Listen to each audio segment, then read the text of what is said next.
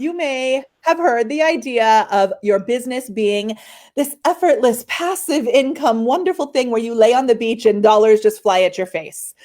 Well, we have a little bit of a slightly different version of that, but it is true. I'm going to say I do believe that it is true that you can create an effortless business. And so I am so thrilled to be bringing to you my dear friend Danny Iny with his new book, Effortless. So good. And we're going to talk about it. Is it possible to build an effortless business?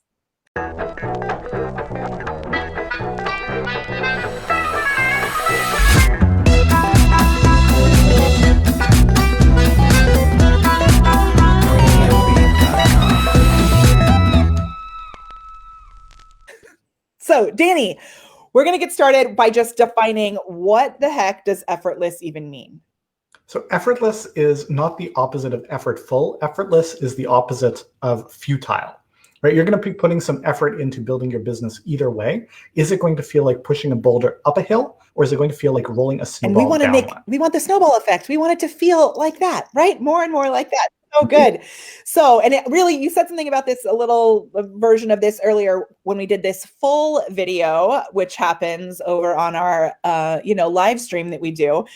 So you said putting the right effort in first. So it's putting in the effort that is the right effort, as opposed to putting in like all of the futile effort. So I love that. Love it so much. So the way that you really set your business up to do this, you have 3 different important pillars that you want to make sure you have in place.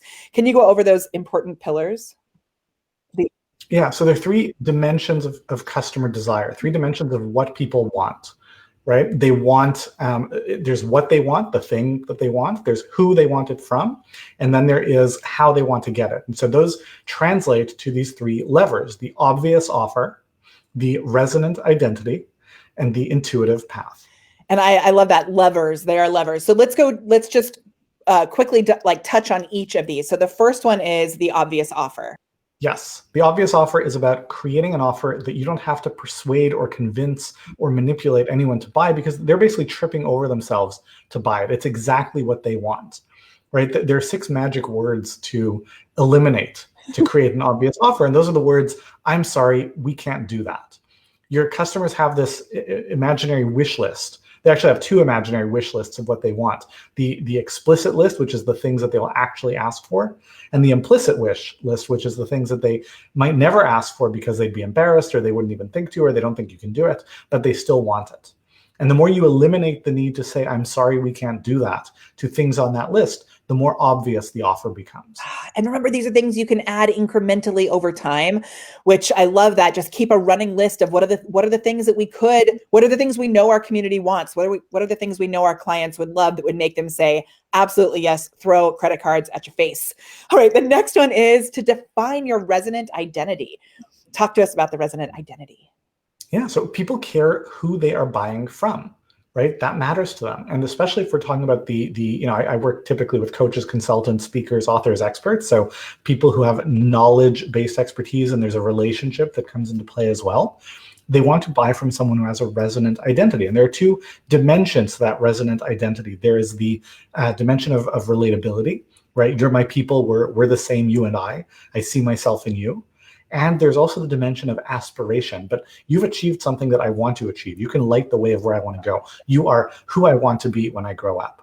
And there's a tension between relatability and aspiration, right? If you're too much like me, then I've got nothing to learn from you. If you're too aspirational, you're too far off, then I can't. That's great. Congratulations on your success, but I can't relate to you at all. So it's really about that balance of you're just like me, and you're who I want to be when I grow up. I love that you use the word tension, because I was going to say balance between it, but it's true. It is a tension because they really do come from different, totally different dynamics. And so finding that balance and maybe maintaining part of that tension so that it really has both of those things in place. So good. So good. Okay. And then the final one is that clear, intuitive path. So explain that. Yeah, that's simply about, again, not trying to force or push or manipulate people into taking the next step that you want them to take. It's about making sure that you keep laying out in front of them the next step that they want to take, right? The next step that you invite them to take is the next step that they're looking to take anyway, and aligning that path so that it inexorably leads to where you want it to go because it's where they want to go. Again, this is all about alignment. Yeah, it's that alignment. It makes it a total no-brainer. And you're like, oh, wow, all these people are saying yes because you've laid out the path for them to be able to make those micro commitments, move up, as you called it, the ladder of engagement. Do you want to touch on that for just half a sec? Yeah, so I prefer the metaphor of a ladder to the metaphor of a funnel, because funnels imply passivity, right? People are kind of like sliding down the funnel until they land on your sales page. Whereas to climb a ladder, people have to make effort. You have to entice them. They have to want to make the effort to step closer and closer and closer to commit further in their relationship with you. So good. And I just want to highlight also, if you're thinking like all these things, how do you actually put them into place? Remember that Danny does have all of this listed out in this awesome book, which is titled Effortless. I'll make sure that there is a link here for you to be able to grab it. I've just loved diving into this. And he really does lay out how to prioritize what to do first. I mean, it's step by step. There's pictures even. There's little recaps of each chapter. I really, really love it. So I want to end this by saying something that we discussed in our longer version of this full video is the fact that effortlessness is a choice. So I want to empower you to know that every day you can make one little step toward a more effortless business.